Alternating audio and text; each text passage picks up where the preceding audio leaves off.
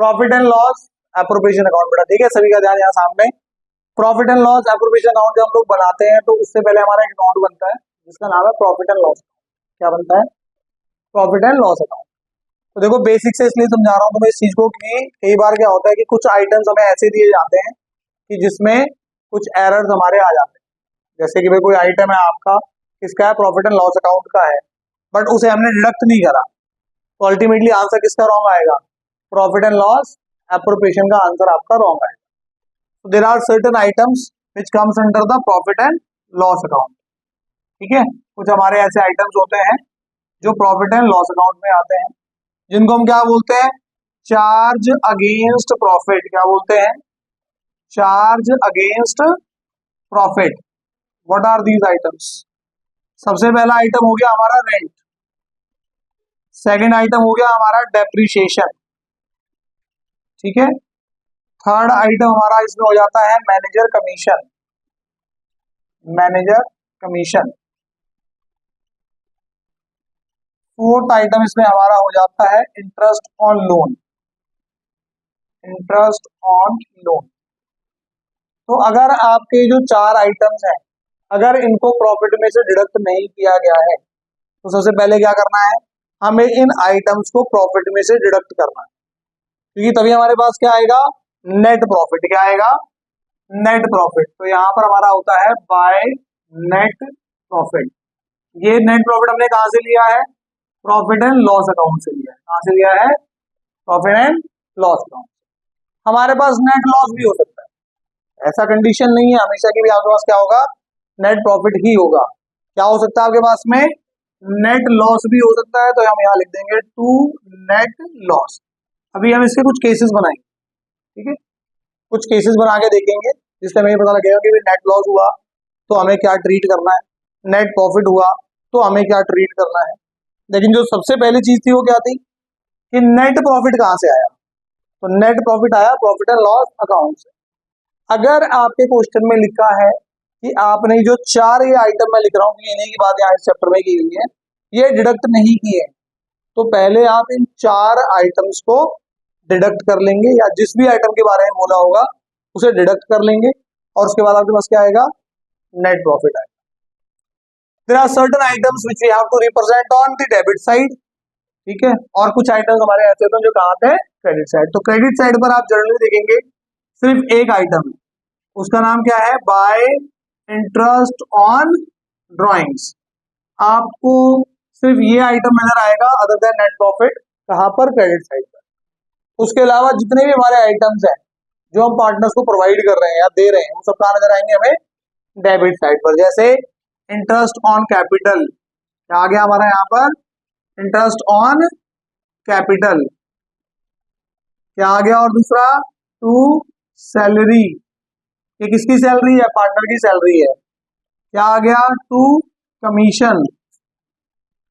और क्या आ गया? टू रेम्यूनरेशन, ठीक है। और क्या आ गया हमारे पास यहाँ पर? एक आ जाता है टू रिजर्व। ये जो आइटम है इस पे भी आप क्या करेंगे? स्टार मार्क करेंगे, जो हमारा टू रिजर्व वाला आइटम, क्योंकि इसकी भी एक स्पेशल ट्रीटमेंट है। तो यहाँ पर जितने भी आइटम हम क्या कर रहे हैं? पार्टनर्स को प्रोवाइड कर रहे हैं, वो सब कहाँ आ गए? हमारे डेबिट साइड पर। और जितने चीजें हम क्या कर रहे हैं? पार्टनर से ले रहे हैं, वो कहाँ आ गया? हमारा क्रेडिट साइड पर। जब दोनों साइड का हम क्या करेंगे? टोटलिंग करेंगे। क्या करेंगे? तो हमारे पास निकलेगा या तो डिविजिबल लॉस या तो डिविजिबल प्रॉफिट।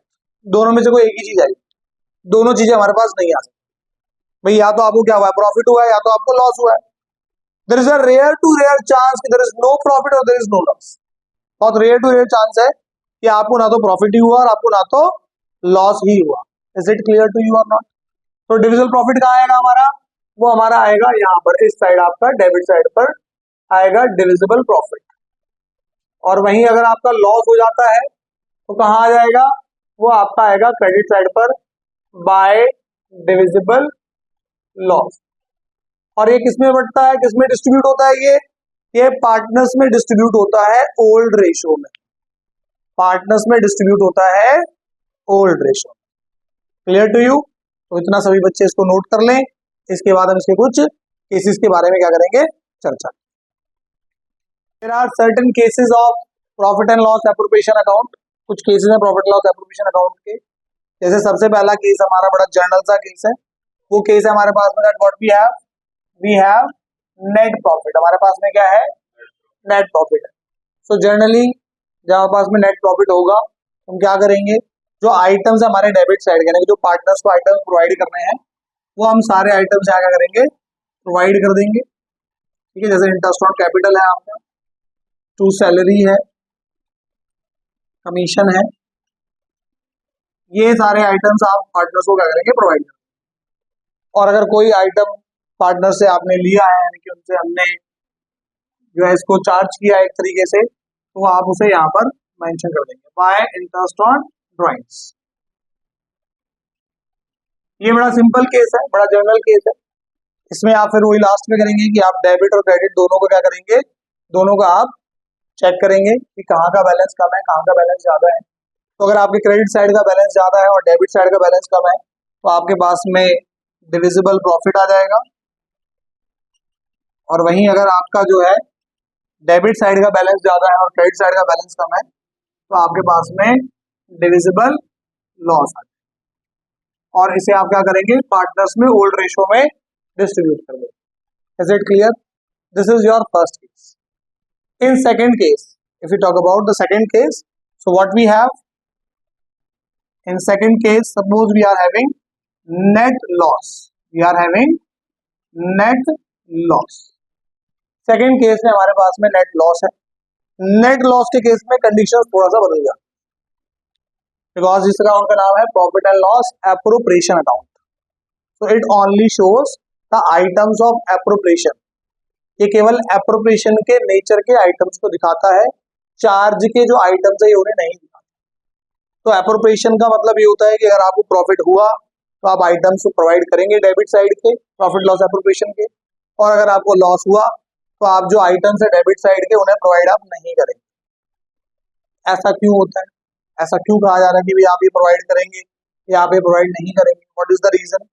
बिकॉज अगर हम डेबिट साइड के जो हमारे आइटम्स हैं किसके, प्रॉफिट एंड लॉस एप्रोप्रिएशन के, अगर इन आइटम्स को हम यहाँ पर शो करेंगे तो क्या होगा, जो हमारे पार्टनर्स हैं इनका लॉस बढ़ जाएगा।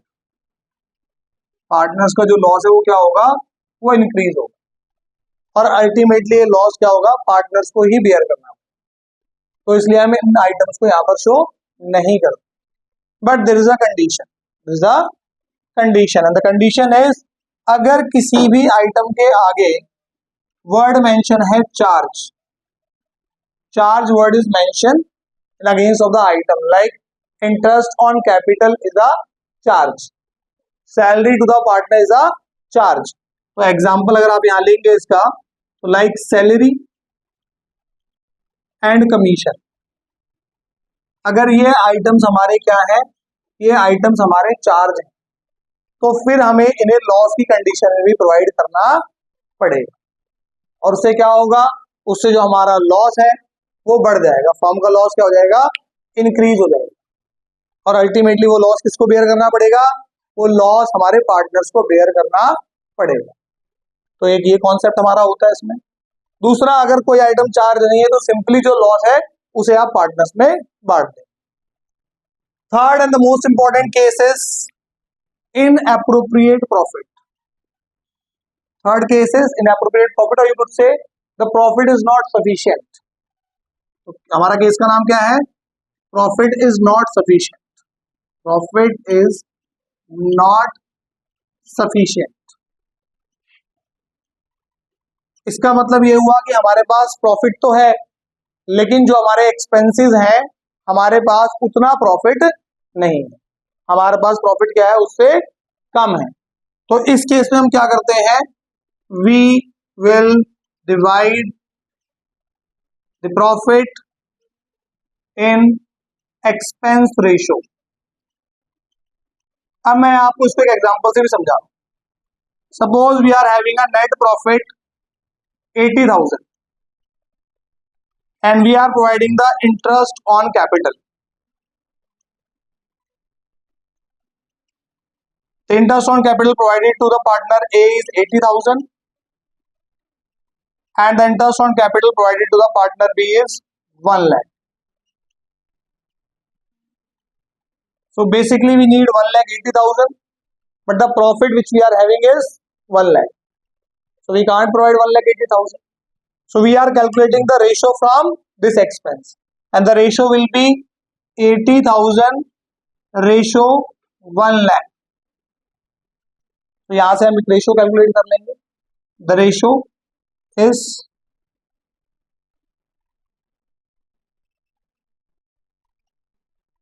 4:5, and you will divide this 1 lakh in 4:5 and show that item with the name of interest on capital, and your question will be over. These are the three cases of profit and loss appropriation account. How you will treat the profit, how you will get out the divisible profit or the divisible loss. So these are the three cases.